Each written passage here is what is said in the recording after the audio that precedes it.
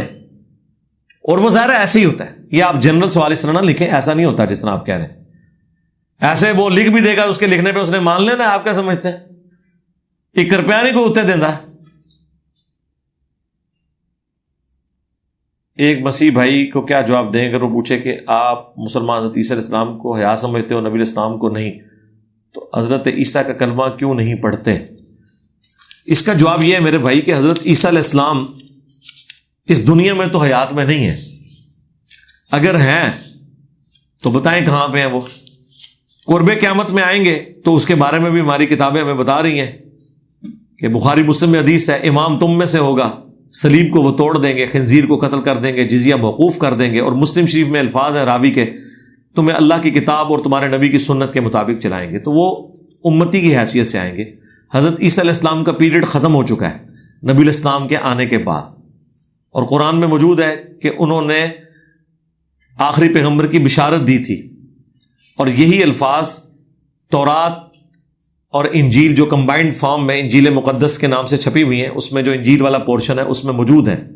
میں نے تفصیلی اس پہ گفتگو کی ہے. گاسپل آف جان, یوحنا کی انجیل والا جو چیپٹر نکال لیں, اس کا چیپٹر نمبر 14 پڑھ لیں. تو یہ ان کو جواب دیں کہ حضرت عیسیٰ علیہ السلام اس دنیا میں نہیں, وہ آسمانوں میں زندہ ہے, اور قرب قیامت میں وہ امتی بن کے اتریں گے. حضرت عیسیٰ علیہ السلام کا کلمہ اس وقت تک پڑھنا ضروری تھا جب تک کہ نبی علیہ السلام تشریف نہیں لائے. اور دوسرا ان کو پھکی والا جواب دیں کہ حضرت موسیٰ علیہ السلام کے ماننے والے جو آپ کے نزدیک بھی مسلمان تھے, بنی اسرائیل تھے, حضرت عیسیٰ علیہ السلام خود بنی اسرائیل سے تھے, وہ صرف اس لیے کافر ہوئے کہ انہوں نے حضرت عیسیٰ کا انکار کیا, ورنہ وہ اسرائیلی پیغمبروں کو تو مان رہے تھے.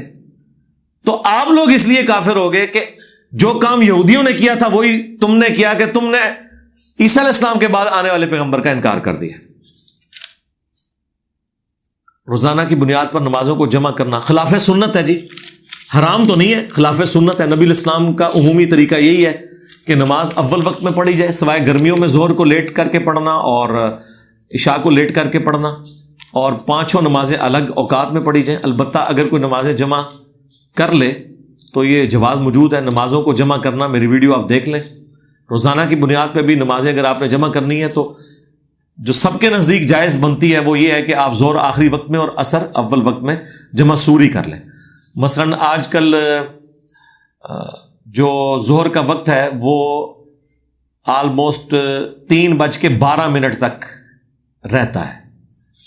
3:12 پہ عصر شروع ہو رہی ہے, تو آپ 3 بجے ظہر پڑھ لیں اور 3:12 پہ عصر پڑھ لیں, تو سب کے نزدیک یہ درست ہے. باقی وہ ویڈیو دیکھ لیں. دنیا میں سب سے پہلے نماز کس ٹائم اور کس نے پڑھائی اور اذان کس نے دی؟ کیا حضرت علی کو مولا علی کہنا درست ہے؟ ہاں جی, آپ یہ مولا اللہ مولا اور علی مولا کا فرق یہ آپ دیکھ لیں.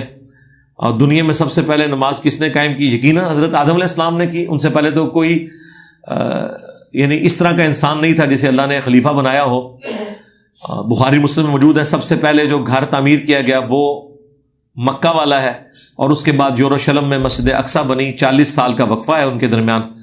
تو دنیا میں پہلی نماز اسی نے پڑھی ہوگی جو دنیا میں پہلے آیا ہے, تو وہ تو حضرت آدم علیہ السلام ہے.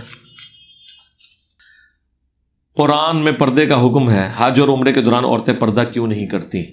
وہ آزمائش ہے نا جی, عورتوں کے لیے بھی اور مردوں کے لیے بھی, کہ انہوں نے اپنی نگاہوں کی حفاظت کرنی ہے. وہاں پہ پردہ ہے, صرف چہرہ کھلا رکھنا ہے. پردے کا آپ کو کس نے کہا کہ نہیں ہے, صرف چہرہ کھلا رکھنا ہے. ظاہر ہے وہ بھیڑ بھی ہوتی ہے, وہ اس کو مینج کرنا بھی ہے, تو وہ حکم ہے صحیح بخاری میں کہ چہرہ کھلا رکھنا ہے. تو یہ اللہ تعالیٰ کی طرف سے حکم ہے. اس سے بڑی چیز ہو رہی ہے کہ مرد و عورت طواف اکٹھا کر رہے ہیں. نماز میں تو وہ پھر بھی الگ کر لیتے ہیں, طواف میں تو نہیں کر سکتے. تو وہ آپ کا امتحان ہے کہ آپ نے وہاں رہتے ہوئے کسی برے طریقے سے بچنا ہے. شریعت, طریقت اور روحانیت میں کیا فرق ہے؟ روحانیت کا اسلام میں کیا مقام ہے؟ روحانیت یہ ہے کہ قرآن و سنت پہ آپ نے عمل کرنا ہے. باقی اگر آپ تصوف کا کہہ رہے ہیں تو اس کے اوپر میری تفصیلی ویڈیو ہے, علم لدنی لکھیں, 55A مسئلہ کھل جائے گا. اور کچھ عرصہ پہلے میری ایک ویڈیو ریکارڈ ہوئی ہے. حضرت ابو ہریرہ کو 2 علوم, یہ کہتے ہیں کہ وہ ایک علم شریعت کا سکھایا گیا تھا, ایک طریقت کا, اور وہ کہتے تھے اگر میں نے یہ دوسرا بیان کر دیا تو تم میرا گلا کاٹ دو گے. وہ تو بخاری میں موجود ہے. انہیں بنو امیہ کے ان لڑکوں کے نام بتائے گئے تھے جس کے ہاتھوں امت کی تباہی ہونے والی ہے, اور بنو امیہ حکومت میں تھے. تو وہ حضرت ابو ہریرہ کہتے تھے تم مجھے قتل کر دو گے اگر میں تمہیں وہ باتیں بتا دوں جو نبی علیہ السلام نے مجھے بتائی ہیں. وہ کہتے ہیں نہیں، حضرت ابو ہریرہ کو کوئی خاص علم دیا تھا. تو بھی حضرت ابو ہریرہ تو تصوف کے کسی سلسلے میں نہیں ہے، سارے سلسلے حضرت علی کے پاس جا رہے ہیں، حدیث حضرت ابو ہریرہ والی ہے. تو میں نے پوری تفصیلی ویڈیو، اس میں میں نے بخاری مسلم سے احادیث دکھائی ہیں کہ مولا علی کو جب کسی نے اس طرح کے سوال کیا ہے نا کہ آپ کو کوئی خاص بات دی ہے، تو حضرت علی غصے میں آ گئے. انہوں نے کہا رسول اللہ نے ہمیں قرآن دیا ہے، اور یا یہ ایک صحیفہ ہے میرے پاس جس میں لکھا ہے، اور اس میں وہ کچھ لکھا ہے، وہ سارا کچھ انہی پہ لعنتیں اللہ نے بھیجی ہوئی ہیں کہ جو مدینے میں بدعت جاری کرے اس پہ اللہ کی لعنت، اللہ کے فرشتوں کی لعنت، تمام لعنت کرنے والوں کی لعنت. جو غیر اللہ کے نام کی قربانی کرے اس پہ اللہ کی لعنت، تمام فرشتوں کی لعنت اور تمام لعنت کرنے والوں کی لعنت. وہ ساری لعنتیں انہی لوگوں کے اوپر پڑی ہوئی ہیں جو غیر اللہ کے نام کی نظر و نیاز اور یہ سارے معاملات کر رہے ہوتے ہیں. باقی تو سارا ہے وہ آپ میری ویڈیو دیکھ لیں. آپ کی زبیر علیزئی صاحب کے ساتھ سوال جواب والی چیز میں سوال، آپ نے کوئی شخص عقیدہ حاضر ناظر کے بغیر الصلاۃ والسلام علیک یا رسول اللہ کہ تو وہ بدعت ہوگا. تو جو نماز میں یہ تو زبیر صاحب نے کہا تھا نا، میری تو ویڈیو ریکارڈ ہے، آپ کہیں کوئی مسئلہ نہیں ہے، ہم نہیں ان کے ساتھ ایگری کرتے. آپ یہاں بیٹھ کے بھی الصلاۃ والسلام علیک یا رسول اللہ پڑھیں، کوئی حرج نہیں ہے. اذان کے ساتھ نہ اسے جوڑیں، پیچھے عقیدہ درست رکھیں کہ اللہ پہنچا رہا ہے. کیا آپ نے اسلامی اصلاحی تحریک کو مشن کے لیے کوئی اپنا جانشین نامزد کیا ہے؟ او یار جانشین، اے دیکھو ایک بندے نے ساری پرچیاں لکھ چڑی ہیں نکیاں نکیاں. فرض نماز کے بعد اجتماعی دعا کروا سکتے ہیں توسل اور وسیلے کے طور پر. اگر کوئی کہے، نبی علیہ السلام بھی بخاری مسلم میں آئے، ایک بدو کھڑا ہو گیا تھا، یا رسول اللہ دعا کریں بارش کے لیے، تو نبی علیہ السلام نے دعا فرمائی، بارش ہوئی. اگلے جمعے میں وہ دوبارہ کھڑا ہو گیا کہ یا رسول اللہ آپ دعا کریں صرف ہمارے کھیتوں پہ بارش ہو، ہمارے تو مکان گرنا شروع ہو گئے. پھر نبی علیہ السلام نے دعا کی اور اپنی مبارک انگلیوں سے اشارہ کیا تو بادل چھٹ گئے، صرف زمین پہ، یعنی جو ان کی زمینیں تھیں سائڈوں پہ اس میں بارش ہوتی رہی. تو دعا آپ کروا سکتے ہیں. باقی جو عام اجتماعی دعا ہے وہ نہیں ہے، سنت اذکار کریں. رفع دین نہ کرنے سے کیا نماز نہیں ہوتی؟ اس کے اوپر میں کافی دفعہ بول چکا ہوں. رفع الدین کرنا سنت ہے، جو نہیں کرتا رسول اللہ کا طریقہ چھوڑ دے گا، وہ قیامت دن اسے پتہ چلے گا. میں دنیا میں کیسے آپ کو بتا دوں؟ میں تو یہ بتاؤں گا جو حضرت حذیفہ ابن یمان کے سامنے ایک بندہ نماز پڑھ رہا تھا، صحیح بخاری میں آتا ہے، اور وہ صحیح طریقے سے رکوع اور سجدے نہیں کر رہا تھا. تو انہوں نے کہا کہ اگر تو اسی طرح نماز پڑھتے ہوئے مر گیا تو تو اس طریقے پہ نہیں مرے گا جو اللہ نے اپنے نبی کو دیا تھا. تو ہم بھی یہ کہتے ہیں کہ جو رفع الدین کے بغیر نماز پڑھتے ہوئے مر گیا وہ اس طریقے پہ نہیں مرے گا جو اللہ نے اپنے نبی کو دیا. باقی رفع الدین کے اوپر تو میری اتنی ویڈیوز ریکارڈڈ ہیں. سب سے بڑی بات ہے کہ رفع الدین چھوڑنا قادیانیوں کا طریقہ ہے. ان باقی چیزیں چھڑ دو. ہاں، انہوں نے کوئی قادیانی والی نماز کیوں پڑھتے ہو؟ بخاری مسلم والی نماز پڑھو. قادیانی رفع الدین نہیں کرتے، بریلوی بھی نہیں کرتے، دیوبندی بھی نہیں کرتے. بخاری مسلم والی نماز پڑھو. آیا ہو نا داڑھ تھلے.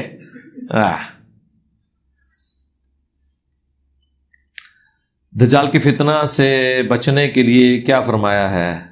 مسلم شریف میں حدیث ہے کہ سورۃ الکہف کی پہلی 10 آیات اس کے سامنے پڑھ دینا. ایک روایت میں مسلم کی آخری 10 آیات کا بھی ذکر ہے، پہلی 10 پہ. تو یہ ہے اس کا وظیفہ. ابھی تو آپ ان دجالوں سے بچیں کہ جو آپ کو ممبر پہ چڑھ کے یہ کہہ رہے ہیں قرآن و حدیث ڈائریکٹ نہ پڑھنا، گمراہ ہو جاؤ گے. اصل دجال تو یہ ہیں.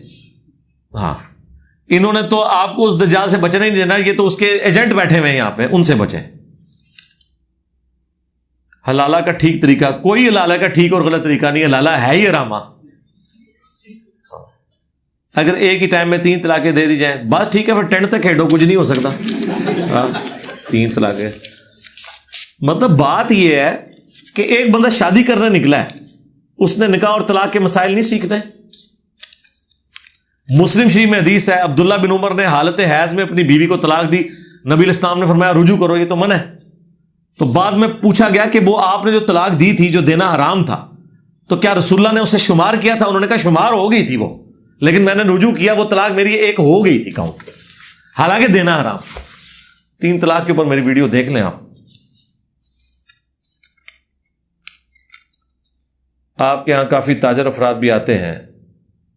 ارے بھائی ہمیں سمجھائیں کہ ناپ تول میں کمی کرنے والوں کے لیے کیا وعید ہیں. میرے بھائی ہم نے تو کئی بار، میں نے تو 10 کمانڈمنٹس بھی بیان کی ہیں. آپ تو کمی کو چھوڑ دیں میرے بھائی. جو ملاوٹ کرنے والے کے بارے میں مسلم شریف میں حدیث ہے، نبی علیہ السلام ایک اناج کے ڈھیر کے پاس سے گزرے، آپ نے اپنی مبارک انگلیاں اس میں داخل کی تو وہ گیلی ہو گئی. آپ نے فرمایا کہ یہ گیلا کیوں ہے اندر سے اناج؟ تو انہوں نے کہا یا رسول اللہ رات کو بارش ہوئی تھی تو وہ اندر سے ہی گیلا ہے، اوپر سے خشک ہو گیا. آپ نے فرمایا تم نے یہ گیلی اناج اوپر کیوں نہیں کی تاکہ لوگوں کو پتہ چل جاتا کہ یہ گیلی ہے. اور پھر آپ نے فرمایا جس نے ملاوٹ کی وہ ہم میں سے نہیں. یہاں پہ آپ نے فرمایا تھا، حالانکہ اس بیچارے نے ملاوٹ کوئی نہیں کی تھی اور ابو ہی ملاوٹ ہو گئی تھی کہ بارش ہوئی تھی، لیکن آپ فرمایا یہ ملاوٹ ہے کہ تم نے اس چیز کا عیب نہیں بتایا. صحیح چیز بھی آپ بیچ رہے ہیں اور اس میں تھوڑا سا عیب آپ نہیں بتا رہے، تو رسول اللہ نے فرمایا میرے سے کوئی تعلق نہیں. اور جو کم تول رہا ہے تو اسے بتائیں کہ قرآن پاک میں جہاں جہاں شعیب علیہ السلام کی قوم کی تباہی کا ذکر ہے وہ تیری تباہی کا ذکر ہے. وہ ناپ تول میں کمی کیا کرتے تھے. سورۃ الاعراف میں بڑا تفصیلی ذکر اس کا موجود ہے. تو پتہ ہے، بتائیں کیا میرے بھائی، ہم یاد ہی کروائیں گے. بتائیں کیا، سب کو پتہ ہے.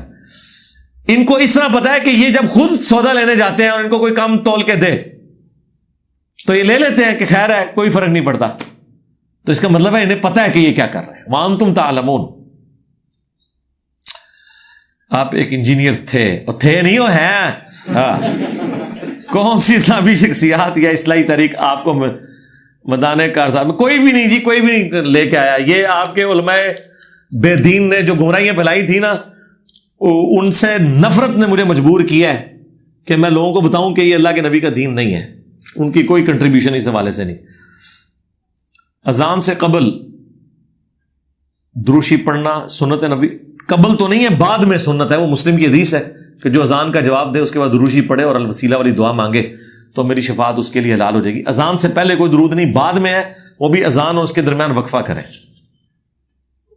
قیام نماز میں آستین یا بازو سینہ کے اوپر باندھنا اور پاؤں کے درمیان ضرورت سے زیادہ فاصلہ رکھنا اور بعد ازاں سجدہ کرنے کے لیے ملانا کیا سنت نبوی ہے؟ نماز کا آپ پریکٹیکل طریقہ دیکھ لیں، میں نے یہ ساری چیزیں بتائی ہوئی ہیں. یہ ادھر بالکل ہاتھ نہیں باندھنے آپ نے، اور نہ بالکل وہ نیچے باندھ دینے ہیں. جو سنت طریقہ ہے وہ بتایا ہوا ہے. اور باقی یہ سجدے میں نبی علیہ السلام المستدرک للحاکم میں آتا ہے کہ آپ اپنے پاؤں جو ہے سجدے میں جب یعنی سجدے میں پہنچتے تھے تو پھر اپنے پاؤں آپ ملا کے ان کے پنجے قبلہ رخ کرتے تھے. سجدے میں پہنچ کے کرنے ہیں، وہ جو تماشا لگایا ہوتا ہے نا، وہ پہلے ہی ملا لیتے ہیں پاؤں، وہ بالکل غلط ہے. آپ سجدے میں تسلی سے نارمل انداز میں جائیں، جب سجدے میں پہنچ جائیں تو پھر اپنے پاؤں ملا لیں. نہ بھی ملائیں، اصل چیز جو ہے نا وہ یہ ہے کہ آپ کے پنجے جو ہے وہ قبلہ رخ ہونے چاہیے پاؤں کے. نماز کے پریکٹیکل میں میں نے سینکڑوں احادیث ڈسپلے کی ہیں. اس کے پوسچرز کے اوپر بھی 2 ملین سے زیادہ ویڈیو کراس کر چکی ہے، پلس جو کچھ اس کے اندر پڑھنا ہے ایک ایک حدیث کا نمبر دیا ہوا. روافظ اور خوارج کون تھے؟ اختصاراً بتا دیں، بڑی دفعہ بتا چکے ہیں جی. جو حضرت علی سے بغض رکھتے ہیں وہ ناصبی اور خارجی ہیں، اور جو حضرت علی کی شان میں غلوف کرتے ہیں وہ رافضی ہیں. جشن عید میلاد النبی منانا یا اجتماعی طور پر، یہ پچھلی دفعہ میں بتا چکا ہوں. باقی یہ جو کہہ رہے ہیں نا نعرہ بازی اور یہ مسجد مزین کرنا، یہ کوئی ثابت نہیں میرے بھائی. نبی علیہ السلام کے مبارک زمانے میں دیے جلائے جاتے تھے مساجد کے اندر، لیکن کبھی میلاد کے اوپر نہ مولا علی نے کوئی دیا جلایا، نہ کوئی جھنڈا لگایا، نہ کوئی نعرے لگوائے. بعض حضرات اپنی شناخت کے لیے گھروں یا عمارتوں میں مختلف رنگوں کے جھنڈے لگاتے ہیں. مطلب وہ اگر مذہبی جھنڈے ہیں نا مذہب کی بنیاد کے اوپر تو ان جھنڈوں کو تو اوائڈ کیا جائے. باقی اگر کوئی سیاسی طور پہ کوئی ایفیلیشن ہے تو ظاہر ہے وہ مذہبی وہ والا معاملہ نہیں ہے. وہ تو آپ جس طرح P T I, Noon League یا پیپلز پارٹی میں بریلوی بھی ہیں، دیوبندی بھی ہیں، اہل حدیث بھی ہیں، شیعہ بھی ہیں، تو اس سے کوئی فرق نہیں پڑتا. مذہبی تفرقہ نہیں ہونا چاہیے. باقی تو نشانی میں کوئی حرج نہیں. شاعر اسلام یا شخصیات کی تعزیت کے لیے نوحہ خوانی اور سینہ کوبی کی شرعی حیثیت غلط ہے جی. مرثیہ کہہ سکتے ہیں، نوحہ کہہ سکتے ہیں، بشرطے کہ کوئی اس میں غلوف کے الفاظ نہ ہو اور گریبان چاک کرنا اور چیخیں مارنا نہ ہو. جس طرح میں نے بتایا حضرت عمر کی میت پہ حضرت علی نے مرثیہ ہی کہا ہے نا، ان کے لیے تعریفی کلمات، تو وہ ٹھیک ہے. باقی جو آج کل مرثیے چل رہے ہیں ان کا کیا لینا دینا جی. فوٹوگرافی کی شرعی حیثیت ثواب کا کام ہے نہیں، اور کیا ہے. یہ تو پرانا سوال ہو چکا ہے. ہم جب چھوٹے چھوٹے تھے اس وقت ایک سوال ہوتا تھا، ٹی وی تکنے وضو تو نہیں ٹوٹ جاتا. اب نہیں وہ سوال آتا، کیونکہ ٹی وی مسجدوں میں لگا لی ہیں ان لوگوں نے جو ٹی وی توڑا کرتے تھے، دعوت اسلامی والے. ان کے سارے مساجد کے اندر ٹی وی لگے ہوئے ہیں. جو ان کا بڑا مرکز ہے کراچی میں، الیاس قادری صاحب جہاں بیٹھے ہوئے ہیں، اتنے بڑے بڑے ٹی وی لگائے ہوئے ہیں. تو یہ تو اب پرانے سوال ہو گئے. فوٹوگرافی، وہ فوٹوگرافی منع ہے. وہ منظر جو عام حالت میں دیکھنا حرام ہے، اسے کیمرے میں کیپچر کرنا بھی حرام ہے. یعنی بے پردہ عورتوں کو، نامحرم عورتوں کو. میاں بیوی اپنا کوئی البم بنا لیتے ہیں، ٹھیک ہے، کوئی مسئلہ نہیں ہے. اور وہ تصویر جو عبادت کی غرض سے ہو، جس کی رسپیکٹ کی جائے، وہ منع ہے. باقی تصویر والا میں نے اس کے اوپر تفصیلی ویڈیو بھی ایک ریکارڈ کروائی تھی، اسلامک رولنگز آن پکچرز، تو وہ آپ دے سکتے ہیں. اس میں نے تفصیل کے ساتھ اس کے اوپر بات کی. توڑے سارا تھدا مکا چڑھا جی میں ویکھ لو جتنا تھدا ہے. کوئی بندہ ایسا ہے جہاں سوال انہیں پرچی بھیجا ہوئے اور میں نے وہ پڑھا نہ ہو. کوئی ایسا بندہ جس کی پرچی آگے آئی ہو اور میں نے پڑھی نہ ہو. ہاں یہ ضرور ہے کہ میں نے مختصر جواب دیا، لیکن آپ کو ویڈیوز ریفر کر دیں، کیونکہ اگر ہر پرچی کے اوپر میں تفصیلی بولوں تو پھر تو ساروں کی پرچیاں کور نہیں ہوگی. یہاں تو ہم بیٹھے ہیں برکت کے لیے، چلیں ہر کوئی شخص اپنا اپنا کوئی حصہ ڈال دے، اللہ اور اس کے نبی الاسلام کا ذکر خیر ہو. باقی آپ یہ جتنی پرچیاں آپ کی آج آئی ہیں، ان میں کوئی ایسی پرچی نہیں ہے جس پہ میں نے تفصیلی ویڈیو پہلے ریکارڈ نہ کروائی ہو. ہر ٹاپک کے اوپر تفصیلی ویڈیو ریکارڈ کروائی ہوئی ہے، سوائے ٹریکٹر کے حلالے کے. وہ بھی ٹریکٹر کا حلالہ بھی میں نے قسطوں کا کاروبار کے نام سے میری ویڈیو ریکارڈ ہے. قسطوں کا کاروبار آپ لکھیں نا تو اس میں میری ویڈیو ریکارڈ ہے کہ قسطوں کا کاروبار جائز ہے، جس میں نقد اور ادھار میں قیمت میں فرق ہو. وہ تو کئی ایک ویڈیوز میں بتا چکا ہوں. باقی جو تفصیلات ہیں نا، اب جس طرح بھی یہ ربیع الاول کے اوپر ایک سوال آیا تھا، تو میں پچھلی دفعہ 1.25 گھنٹے کی ویڈیو اپلوڈ ہوئی ہے ربیع الاول سے متعلق، ساری تفصیلات میں نے اس میں بتا دی ہیں. اور اللہ کا شکر ہے کہ کوئی ٹاپک ایسا بچا نہیں ہے جو مسلمانوں کے درمیان کنٹروورشل ہو اور میں نے اسے یہاں سے ایڈریس نہ کیا ہو اختلافی موضوع کے طور پر. تو ٹرمز جو ہے نا وہ اسی زبان میں اچھی لگتی ہیں جس کی ٹرمز ہوتی ہیں. مجہول، ان نون، مجہول راوی، ضعیف. اب ضعیف تو کسی کو نہیں چیڑ ہوتی ہے، ضعیف حدیث یا ضعیف سند. حالانکہ ضعیف لفظ عربی کا ہے، اردو میں ضعیف کا یہ مطلب ہی نہیں ہے. ضعیف یا تو بوڑھے کو کہہ رہے ہوتے ہیں نا، زواد ضعیف قاعدے وچ. اور ایک مولانا کہتے ہیں یار اگر ماں باپ ضعیف ہو جائیں تو ان کو گھر سے باہر پھینک دے، تو ان کا تو احترام اور بڑھ جاتا ہے، تو ضعیف حدیث کا بھی اور بڑھ جاتا ہے. ٹھیک ہے، تو یہ جب لوگوں کا علمی لیول ہو. اور بکرا تو ہی ہے نا بیڑا قاری صاحب، ٹھیک ہے، انہوں نے اسے پوچھا یہ بکرا کیا مطلب؟ انہوں نے کہا بکرا مطلب بکرا.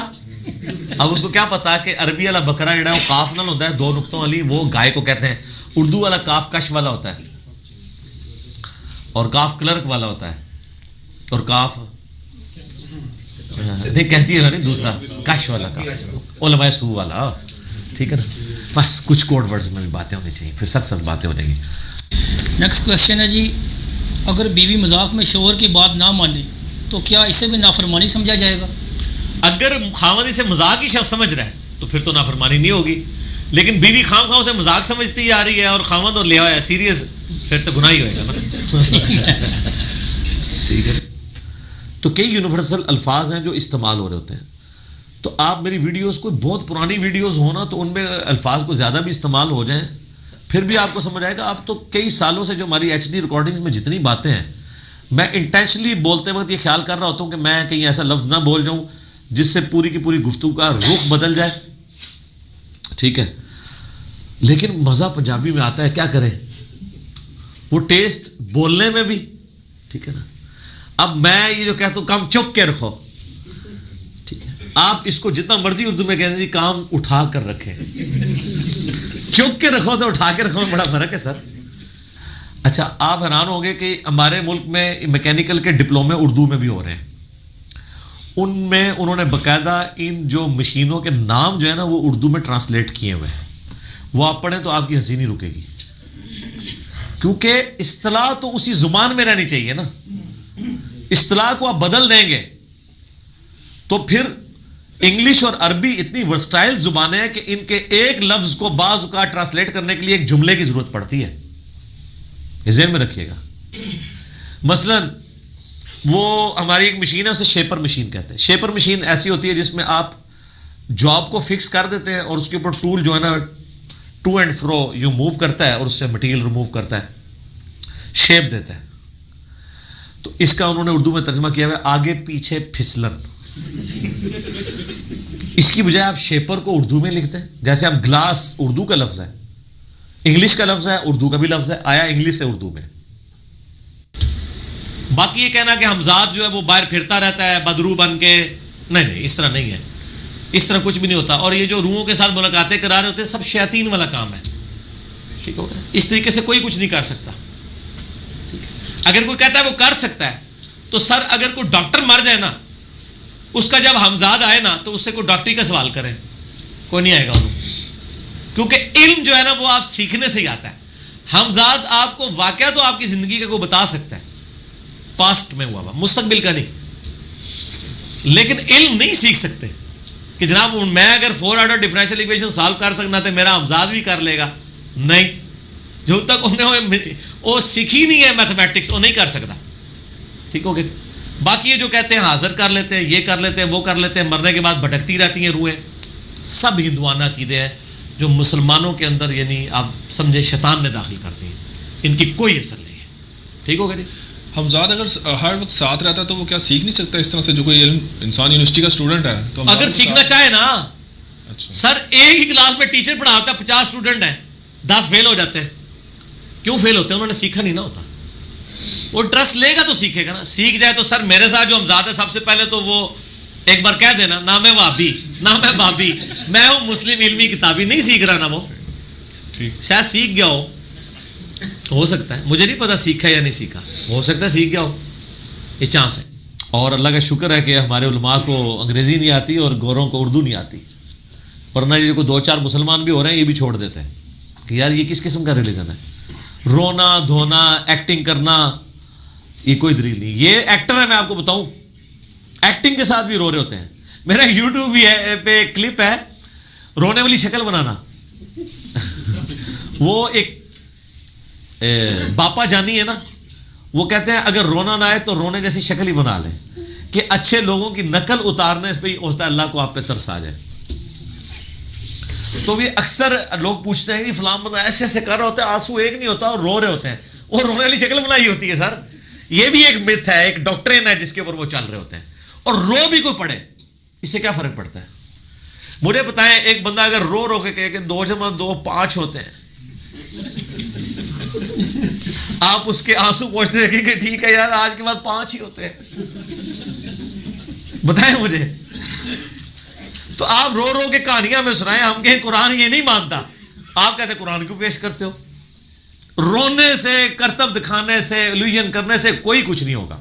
اگلا سوال علی بھائی یہ ہے کہ فقہ حنفی کا مشہور اور معروف مسئلہ ہے کہ جو در مختار اور بہار شریعت میں موجود ہے کہ اگر کوئی شخص پہلے تشہد میں، یعنی کہ اگر وہ 4 رکعت والی نماز پڑھ رہا ہے تو پہلا جو تشہد آتا ہے اس میں اگر بھول کر بھی درود پڑھ لے تو سجدہ صاحب لازم ہو جائے گا. جی کہانی ہے، تو یہ بھی کہانی ہے. ہاں تو یہ پھر کیوں کہتے ہیں ہم درود والے ہیں؟ حضرت ہم تو درود والے ہیں، ہمیں کیا لوڑ ہے اسلحہ لے کے جانے کی، ہم تو درود والے ہیں. آپ کہاں سے درود والے ہیں؟ آپ درود کے دشمن. آپ کی دعائے قنوت میں درود کوئی نہیں. نبی علیہ السلام نے جو سکھائی گیا وطر کی نماز میں دعائے قنوت کے بعد درود شریف ہے. آپ کہاں سے درود والے ہیں؟ آپ تو یہ کہتے ہیں کہ دوسری رکعت میں کوئی بھول کے درود شریف پڑھ لے سجدہ صاحب واجب ہو جاتا ہے. آپ تو درود سے بھاگنے والے ہیں. اگلا سوال ہے علی بھائی کی مجلس نمبر 100 واقعی ہی لائف چینجنگ ویڈیو ہے الحمدللہ، جس کی وجہ سے ایک مسلمان کو یہ حقیقت واقعی ہی سمجھ آ جاتی ہے کہ کتابوں کا خدا اور ہے، بابوں کا خدا اور. لیکن علی بھائی سے یہ پوچھ کر بتائیں کہ ان علماء کی کہانیاں سن کر آنکھوں میں آنسو کیوں آ جاتے ہیں؟ کیا یہ شیطانی چکر ہے؟ انسان کی طبیعت میں رقت اسی کی اصل وجہ ہے؟ پلیز اس ایشو پر بھی ضرور رہنمائی فرما دیں تاکہ نبی صلی اللہ علیہ وآلہ وسلم کی بھولی بھالی امت ان علماء کی کہانیوں سے بچ کر اپنے عقائد و نظریات کی بنیاد قرآن و سنت پر رکھ سکے. آمین ثم آمین. آمین. یہ جس بھولی والی امت پہ آپ ترس کھا رہے ہیں نا، یہ بڑی ہوشیار امت ہے. یہ اگر امت بریلوی ہے نا تو اشرف علی رسول اللہ پہ بھڑکتی ہے اور آنکھوں میں آنسو آ جاتے ہیں کہ میں اس گستاخ کو نہیں چھوڑوں گا, اور اسی مجلس میں اسے چشتی رسول اللہ بتائے نا تو وہ آنسو پوچھ کہتی ہے نہیں تو انہوں غلط فہمی ہوئی ہے. یہ بولی والی امت ہے, یہ مکار ہے, یہ بڑی مکار چیز ہے. ان کو پتہ ہے کہ کس پہ رونا ہے کس پہ نہیں رونا. یہ کوئی دلیل نہیں ہے. آنکھوں میں آنسو آنا اگر دلیل ہے تو میرے بھائی کئی ڈرامے ہیں جن کو دیکھ کے لوگ روتے ہیں. یہاں تو لوگ کرکٹ میچ ہار جائیں تو ان کے آنسو نہیں تھمتے, ہے نا. ہیرو مر جائے تو آنسو نہیں رکتے. تو لاؤ ڈرامے پھر مسیتیاں وچ اینیاں مولویوں اٹھاؤ. تواڈے مولویوں نے سن کے اگر 10 بندے روندے نے نا تے ڈرامے ویکھ کے ملینز آف لوگ روتے ہیں. اگر رونا ہی دلیل ہے, ٹھیک ہے, فلموں میں رونا ہی دلیل ہے. گلیڈیٹر دیکھ لیں آپ, لوگ روتے ہیں. کتنی دکھی فلمیں, کتنے دکھی ڈرامے ہیں, ٹھیک ہے. میں نہیں دیکھا, سنے ہی ہیں. دانش بھائی پیچھے بھی بیٹھے ہیں. تو دانش کی موت پہ کہہ رہے ہیں روئے ہیں لوگ, رونے دیں لوگوں کو. تو یہ رونا اگر تو دلیل ہے تو پیش کریں. پہلے تمہارے پھکی والا جواب دیا نا کہ رونا دھونا کوئی دلیل نہیں ہے, ورنہ آپ کا ایک ایکٹر اینکر پورے پاکستانی عورتوں کو بٹ بناتا رہا, روتا رہا رمضان کے مہینے میں, ٹھیک ہے. اور پھر اس کے جو کرتوت سامنے آئے, جو لیک ویڈیوز سامنے آئی, تو آپ نے دیکھ لیا کہ ان کا اندر والا چہرہ کیا ہے, ٹھیک ہے. اور آپ سنیں وہ نعتیں بھی پڑھتا ہے, کس طرح روتا ہے, ٹھیک ہے جی. اور مولویوں کو سامنے بٹھا کے گالیاں نکال رہے ہیں ماں بہن کی, کیونکہ ان کے پیٹ مولوی ہیں نا, ٹھیک ہے. آپ نے دیکھا پیسہ کتنی طاقت ہے, ٹھیک ہے نا. وہ ان کو گالیاں نکالتا ہے سامنے بیٹھ کے, اور وہ آگے سوری کرتے ہیں. سوری اس کو کہ نہیں گالی نکالی ہے. یہ کئی ویڈیوز آپ کے سامنے موجود ہیں. تو وہ ڈاکٹر سرار صاحب میرے استاد, مجھے ان کی بات یاد آ گئی. تو وہ اکثر ان طرح کے جملوں میں بولتے تھے کہ تم اپنی داڑھیوں اور پگڑیوں سے پبلک کو دھوکہ دے سکتے ہو, خدا کو نہیں دے سکتے. اور واقعی پبلک کی انہوں نے مت مار دی ہوئی ہے. آپ دیکھیں نا انہوں نے کس طرح کے گیٹ اپس بنا کے آئے ہوتے ہیں پبلک میں. ان کے کپڑے دیکھے ہیں, لگتا ہے کہ جی ہوں نکلے رہے, چٹی چمڑیاں, بوڑھے ہو کے بھی. اس لیے کہ سر جب آپ ایئر کنڈیشن مسجد سے ایئر کنڈیشن حجرے میں, اور ایئر کنڈیشن حجرے سے ایئر کنڈیشن گاڑی میں جائیں گے, اور آپ رزق الحال عین عبادت ہے وہ نہیں کریں گے, تو آپ کو نور تو خود چڑھے گا. یہ جتنے نورانی لوگ ہیں نا, ان کو ذرا ایک ہفتے کے لیے جون جولائی کی گرمی میں آپ ذرا سڑک کے کنارے مزدوری کرائیں, سارا نور ان کا آ جائے گا ٹھکانے پہ. آپ دیکھ لینا یہ ہمارے کرکٹر جب گرمیوں میں کرکٹ کھیل کے آتے ہیں تو ان کے رنگ کس طرح ہو جاتے ہیں, ٹھیک ہے نا. تو یہ سارا نور جو ہے نا یہ مریدوں کی برکت ہے. وہ مجھے اگلے دن ایک بندہ کہہ رہا تھا, ویسے آج کل وہ یہ بھی ٹرینڈ آنا چاہیے, لوگ گاڑی کے پیچھے لکھا ہوتا ہے نا مرشد کی نگاہ, تو مرشد کو بھی چاہیے کہ مریدہ دے نظرانے دی برکت نال وہ بھی لکھایا کرن پیچھے. اور یہ بھی ریالٹی ہے نا, یعنی اپنی گاڑی کے پیچھے لگوائے کہ مریدین کے خزانے کی برکت ہے. اعلیٰ من فضل ربی نہ انہیں رکھوانا ہے نہ اس نے لکھوانا ہے. تو اگر مرید اتنی قربانی کر رہے ہیں, وہ کہہ رہا ہے نگاہ مرشد, تو مرشد بھی مہربانی کر کے لکھ دے نذرانہ ہے مرید. وہ ریالٹی بھی ہے, نگاہ مرشد تو ہے ہی کوئی نہیں ہے, لیکن وہ والی تو ریالٹی ہے, ٹھیک ہے. میں نے خود یعنی ایسے پیروں کو دیکھا ہے کہ یعنی گاؤں کی عورتیں بیچاری اپنے دوپٹوں سے یعنی نکال کے نا 5-5 روپے, ان کے لیے وہ 5 روپے بھی بڑی چیز ہے. اور وہ ظالم آدمی اس نے گاڑی ایسی رکھی ہوئی تھی جو 1 منٹ میں میرے خیال 1000 روپے کا یعنی وہ پٹرول پھونک دے, اور وہ 5 روپے بھی نہیں چھوڑتے. ان سے پوچھیں 5 روپے سے کیا بننا ہے آپ کا, آپ کو چاہیے اس کو کچھ دے کے بھیجو. مت ماری ہوئی ہے. دیکھیں آپ کب تک یہ معاملہ چلتا ہے. انشاءاللہ سوشل میڈیا کی برکت سے تبدیلی آ رہی ہے جی, بلکہ تبدیلی آ گئی ہے, ٹھیک ہو گیا. پہلے تو 40 بڑی ڈائنامک لائف تھی آپ علیہ السلام کی. صادق اور امین تھے, کامیاب تاجر تھے, مکے کی امیر ترین عورت ان کی بیوی تھی. اچانک کیا ہوا, غار میں چلے گئے اور کھانا باندھ کے لے کے جاتے تھے. آپ کے بزرگ تو کہتے ہیں 10-10 سال تک بغیر کھائے پیے زندہ ہے, تو نبی علیہ السلام کھانا باندھ کے لے کے جاتے تھے. ہائے ہائے ہائے, پھر مجھے کیوں نہیں کہنے دیتے کہ مرنے سے پہلے آپ مسلمان کر لے اس پہ غور. کتابوں کا خدا اور ہے, بابوں کا خدا اور. وہ کہتے نہیں نبی علیہ السلام کو ضرورت نہیں سی, امت دی تعلیم واسطے کرتے سن, تے امت نے تعلیم لے لی, تواڈے بابیاں نے نہیں لئی, تے تواڈے بابے پھر نبی دے پیٹرن تے نہیں. دوئیں چ ایک گل منو, دونوں میں سے ایک بات مان لیں کہ آپ کے بابوں نے وہ ٹفن باندھنے والی سنت نہیں لی, اور وہ اتنے سال ویسے تو جھوٹ ہے نہیں رہ سکتے, یہ تو ایک دن نہیں نکال سکتے روٹی کے بغیر, یہ جو کچھ کھاتے ہیں آپ سوچ بھی نہیں سکتے, ٹھیک ہے نا, یہ کھاتے بھی آپ کے پیسوں سے. کہتے ہیں بابے نے جناب وہ لنگر چلا رہے ہیں, اور لنگر نہیں چلا رہے وہ ان کے ٹھی ہیں جہاں سے لاکھوں لوٹتے ہیں تو ہزاروں آپ پہ لگا بھی دیتے ہیں, سلطانہ ڈاکو کی طرح. امیر لوگوں سے لوٹا, غریبوں پہ لگا دیا, اور آپ لاکھوں کے دسترخوان. یہاں پہ کئی پراپرٹی ڈیلر ہیں جنہوں نے زمینیں غریبوں کی تھیائی ہوئی ہیں اور لاکھوں لوگوں کو دسترخوان سے کھانا بھی کھلا رہے ہیں. اللہ کے حضور تو اس کی کوئی اہمیت نہیں ہے. سورۃ القمر میں 4 دفعہ آیا وَلَقَدْ يَسَّرْنَا الْقُرْآنَ لِلذِّكْرِ فَهَلْ مِن مُدَّكِرٍ. قرآن نصیحت کے لیے ہم نے آسان کر دیا ہے کوئی نصیحت حاصل کرنے والا؟ نصیحت کے لیے. باقی اس کے سائنٹیفک فیکٹس پہ جائیں تو سر مولویوں تو سائنس آمدی بھی نہیں, سائنس دے سپیلنگ بھی نہیں آمدے. قرآن کا مقصد بھی نصیحت ہے, باقی تو آپ کا انٹرسٹ ہے جتنا مرضی. نصیحت کے لیے آسان ہے, لیکن وہ فضائل اعمال میں لکھا ہوا سر کہ جی قرآن کی تفسیر کے لیے 15 علوم چاہیے.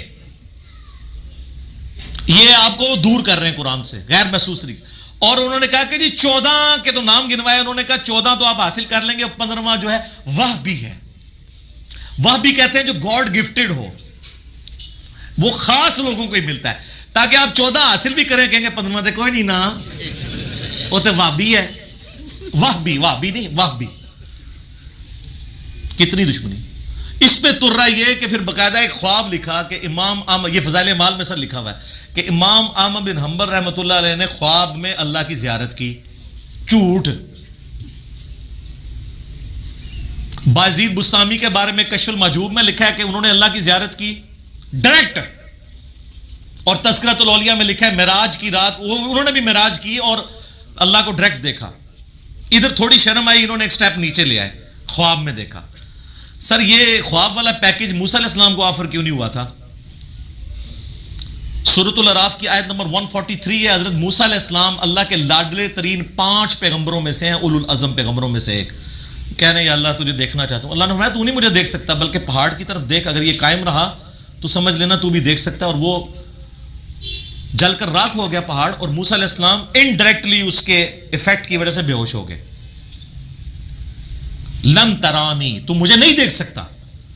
تو اللہ تعالیٰ کہہ سکتا تھا کہ بعد میں نے احمد بن حنبل کو خواب میں زیارت کرانی ہے, تو موسیٰ پھر خواب والا پیکج, میں کہتا ہوں آج بھی کہتا ہوں موسیٰ علیہ السلام کو خواب والا پیکج آفر ہوتا نا, وہ لے لیتے. اور جینون جو چیزیں ہیں وہ میں نے بتائی ہیں. اگر آپ کو زیادہ شوق ہے تو ابو ذر غفاری والا میرا کلپ دیکھ لیں, ایک لائف چینجنگ گفتگو والا کلپ, اور کئی کلپ ہیں صحابہ کرام کی بایوگرافی پہ. جتنے میرے کلپس ہیں آپ اگر دیکھیں تو آپ, لیکن وہ آنسو آنا اس بات کی دلیل نہیں ہوں گے کہ میں جو بھی کہہ رہا ہوں وہ صحیح کہہ رہا ہوں گا. دلیل پھر بھی کتاب و سنت ہی ہوگی. یہ بات سمجھ لیں, کسی کی بات سن کے دل کو اچھا لگ جانا اور آنکھوں میں آنسو آ جانا یہ اس چیز کی دلیل نہیں ہے. انہی کہانیوں کی وجہ سے ابھی تک لوگ جو ہے نا وہ برائی کو لے کے چل رہے ہیں. فلاں بندہ اتنا روتا ہے, فلاں بندے کی شکل بڑی نورانی ہے. سر صحیح مسلم حدیث ہے اللہ تعالیٰ تمہاری شکلوں اور مال کو نہیں دیکھتا, دلوں اور اعمال کو دیکھتا ہے. اب دل کس کا کوئی جج کر سکتا ہے؟ اب مجھے بتائیں, ایک بڑے خوبصورت حضرت صاحب ہوں, خوبصورت داڑھی پگڑی, بات پہ آنکھوں میں آنسو آ جاتے ہوں, اور آپ ان سے دودھ لینے جائیں ان کی دکان پہ, وہ پانی ملا کے آپ کو دے اور اس میں سے چھوٹے چھوٹے 2 مینڈک بھی نکل آئیں, تو آپ کو ساری بزرگی بھول جائے گی, کیونکہ وہ دنیا کا نقصان ہوا. اور آپ جائیں کہ یہ دودھ جعلی تھا, اور آگے سے وہ آپ کو کہے کہ یار شرم نہیں آتی تمہیں, مطلب حضرت صاحب پہ الزام لگا رہے ہو, آپ کو کہ لعنت بھیجتا ہوں ایسے حضرت کے اوپر, لبادہ اڑا ہوا ہے. تو یہ لانتے تو آپ سارے بھیج رہے ہیں, ٹھیک ہے, لیکن اپنے مطلب کی خاطر. ہم اگر ان لوگوں کو کرٹیسائز کرتے ہیں تو اللہ اور اس کے رسول عز و جل و صلی اللہ علیہ وآلہ وسلم کی حمیت میں کرتے ہیں. تو کر تو آپ بھی رہے ہیں, پھر آپ کو داڑھی پگڑی نہیں نظر آئے گی کہ یار وہ اتنے بڑے بزرگ ہیں, دنیا کا نقصان کر دیں آپ کہ میں اس کو ننگا کروں گا, لبادہ اڑا ہوا ہے. اور حالانکہ آپ خود جس کو دین میں فالو کر رہے ہوں گے اس نے بھی آپ کے ساتھ یہی کام ڈالا ہوگا, لیکن وہ آپ کو مرنے کے بعد پتہ چلے گا. لہٰذا آپ ہماری ریکویسٹ مان لیں, کیا کہ مرنے سے پہلے ہے مسلمان, کر لیں اس پہ غور. کتابوں کا خدا اور ہے, بابوں کا خدا اور. پھر ایک دن آئے گا کہ تم جھوم کر کہو گے کہ نہ میں وہابی نہ میں بابی, میں ہوں مسلم. علمی کتاب, ٹھیک ہوگا جی. اچھا, ابو داؤد میں آگے الفاظ ہیں, فرمایا قم اذهب, اٹھ تھوڑے دیر سے نکل جا, اس ٹائم تو گم ہو جا, اپنی شکل دور کر لا میرے کو. ظاہر ہے اسی انداز میں کہا ہوگا. یہ کہتے ہیں کہ جی یہ ایکٹنگ کرتا ہے اور بڑے سخت الفاظ میں حضور نے یہ تو نہیں کہا ہوگا, غصے میں یوں تو نہیں کہا جاتا کہ میرے پیارے پیارے صحابی آپ اس ٹائم تشریف لے جا سکتے ہیں. اور سر آپ ذرا عربیوں کے پاس بیٹھے اور ان سے ذرا پوچھیں کہ بئس الخطیب انت کا مطلب کیا ہے, اور کتنا برا خطیب ہے تو, اس کو یوں تو نہیں کہا جائے گا کہ آپ کتنے ہی برے خطیب ہیں. یہ اسی طرح ہی پریزنٹ ہوگا. ڈاکٹر اسرار صاحب جو قرآن کا ترجمہ جیسا پریزنٹ کرتے تھے, قرآن اسی طرح ہی نازل ہوا ہے. ہاں انڈیا پاکستان بنگلہ دیش میں بابوں نے اس میں مٹھاس ملا کے اس نے ایسا شوربہ بنایا ہے کہ او دی انٹینسٹی ہے نا, اور اس سے جو تبدیلی آنی تھی وہ ختم ہو گئی ہے. تو قرآن بس پھر اب مردے بخشوانے کا ایک ذریعہ ہی رہ گیا. بئس الخطیب انت, کتنا برا خطیب ہے تو. تو یہ محبت میں سب کچھ کر رہے تھے. کسی نے ان کا یا رسول اللہ عشق دے چلے نمبر لے کے, یا رسول اللہ عقل والے تھے انہیں ہی مرا گالیاں, عشق دے چلے ہی سی نا جنہیں سجدہ, اور چلے مارے گئے پائی ادھر بھی تے اگے بھی. قرآن تو کہتا ہے عقل والے نمبر لے گئے. نبی علیہ السلام کو جو دعا قرآن میں سکھائی گئی ہے وہ کیا ہے؟ اللہ میرے عشق میں اضافہ کر دے. نہیں, قل رب زدنی علما, اے اللہ میرے علم. اچھا نبی علیہ السلام کے علم میں اضافہ کرنے کی کوئی ضرورت ہے تھی جس کو اتنا کچھ سکھا دیا گیا؟ علم سے کوئی شخص اپنے آپ کو آزاد نہیں کر سکتا. اور پھر اللہ نے کیٹاگوریکل مینشن کیا انما یخشی اللہ من عبادہ العلماء, اللہ کی خشیت اور معرفت تو صرف اہل علم کو ہے. ڈگریوں والے علم نہیں کہ جو ڈگری حاصل کرتے ہیں اس کے بعد ممبر پہ چڑھ کہتے ہیں قرآن ڈائریکٹ نہیں پڑھنا گمراہ ہو جاؤ گے. یہ تو علم کے دشمن ہے. میں واقعی علم کی بات کر رہا ہوں جو واقعی علم ہے, کتابوں میں بابوں میں نہیں. پھر سورہ زمر میں ہے قل هل يستوي الذين يعلمون والذين لا يعلمون انما يتذكر اولو الالباب. بھلا بتاؤ تو علم والے اور بغیر علم والے کیسے برابر ہو سکتے ہیں؟ نصیحت تو نہیں حاصل کرتے مگر عقل والے. اور عقل سے مراد وہ ہیں جو روٹی منہ کے راستے کھاتے ہیں. عقل سے مراد بزرگان دین علماء نہیں, ہر وہ شخص جو روٹی کو توتی نہیں کہتا. ہاں, اور جس کی عقل کام نہیں کرتی ہے اس کو تو قرآن ڈریس بھی نہیں کرتا.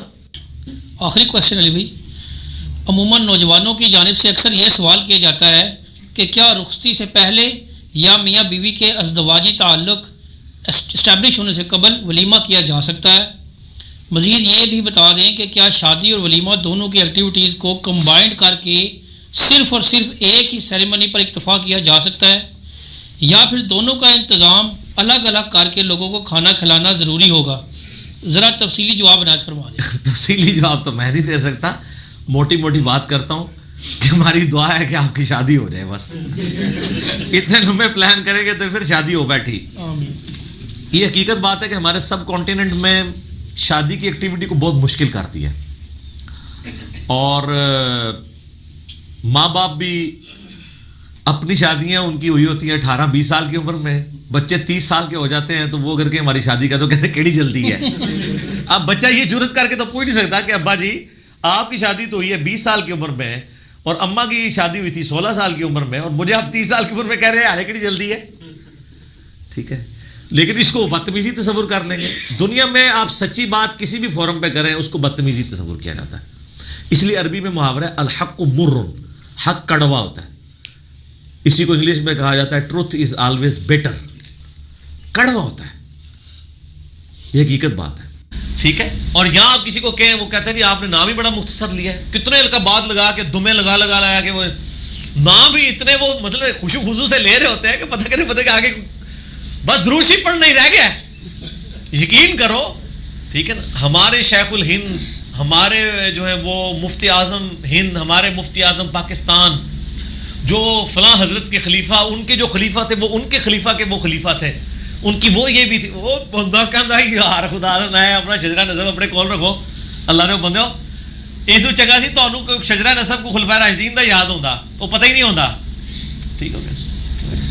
اگلا کوشچن بڑا دلچسپ ہے علی بھائی. آپ دلچسپ نہیں کریں گے ہم ان کو بنا دیں گے کیونکہ نہ میں وابی نہ میں بابی, میں ہوں مسلم علمی کتابی. سوال یہ آیا کہ علی بھائی آپ کے اعصاب بہت مضبوط ہیں, اعصاب مضبوط کرنے کا کوئی طریقہ بتائیں. اعصاب الحمدللہ مضبوط ہر اس مسلمان کے ہوں گے جس کو اپنے یعنی مسلمان ہونے پر یقین کامل ہو. مشرک ہمیشہ کمزور ہوتا ہے, موحد ہمیشہ دلیر ہوتا ہے. یہ حقیقت بات ہے. یہاں تو ایک بھائی ہے اس دن مجھے جھگڑ رہے کہ جی آپ صوفیاء کے بارے میں کرتے ہیں تو وہ فارمولہ تو یہ تو کوئی بات نہ ہوئی. فارمولہ تو انہوں نے پڑھا نہیں ہوا. میں نے کہا میں اس لیے دعویٰ کرتا ہوں کہ وہ کہتے ہیں میں اللہ پڑھاتا ہے, اللہ کو تو آتا ہے نا, تو اللہ سکھا دے. اچھا کہتے نہیں. میں نے کہا چلو یار چھوڑو.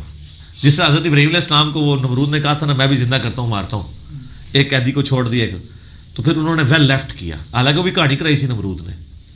تو انہوں نے کیا کہا اچھا یار چھوڑ اس کو, بتا میرا رب تو مشرق سے سورج نکالتا ہے, تو نکال. ادھر ہی گونگا ہو گیا.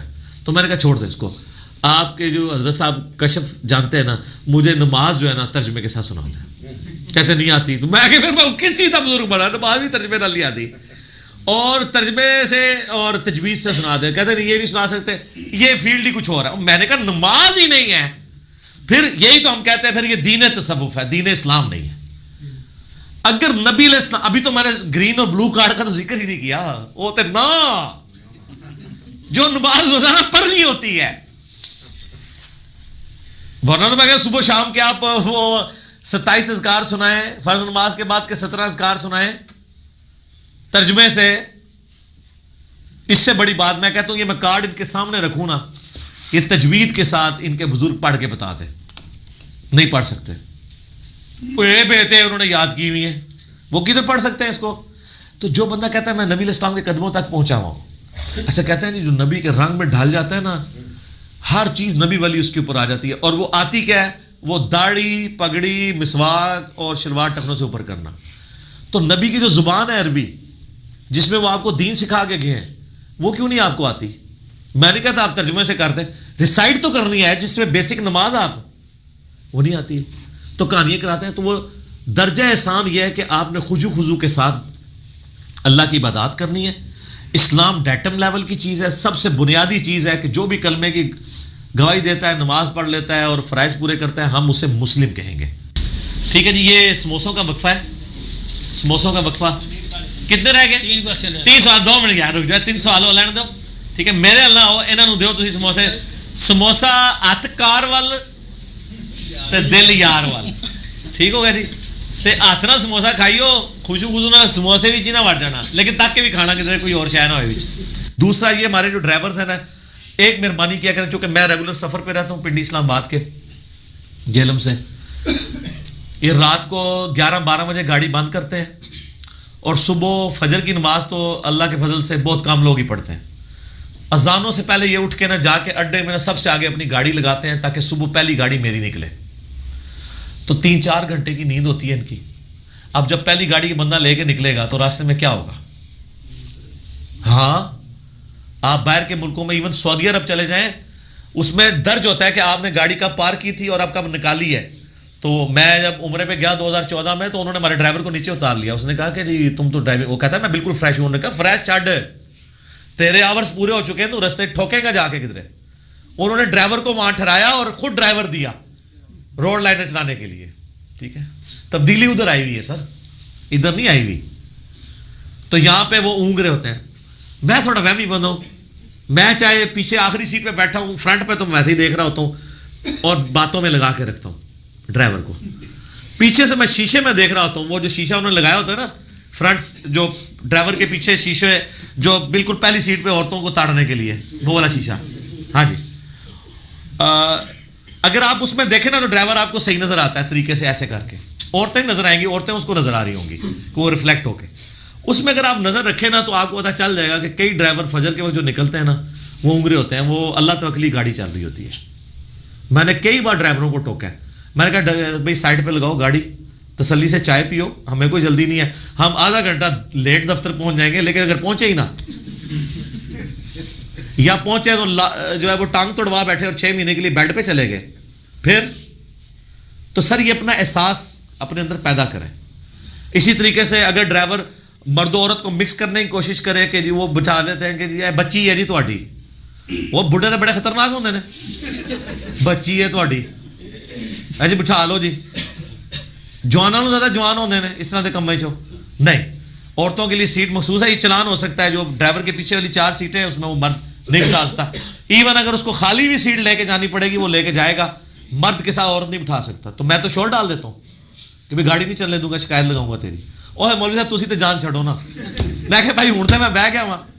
اچھا, اور میں آپ کو ایک اور بات بتاؤں, بعض اوقات نا ہوتا ہی ہے کہ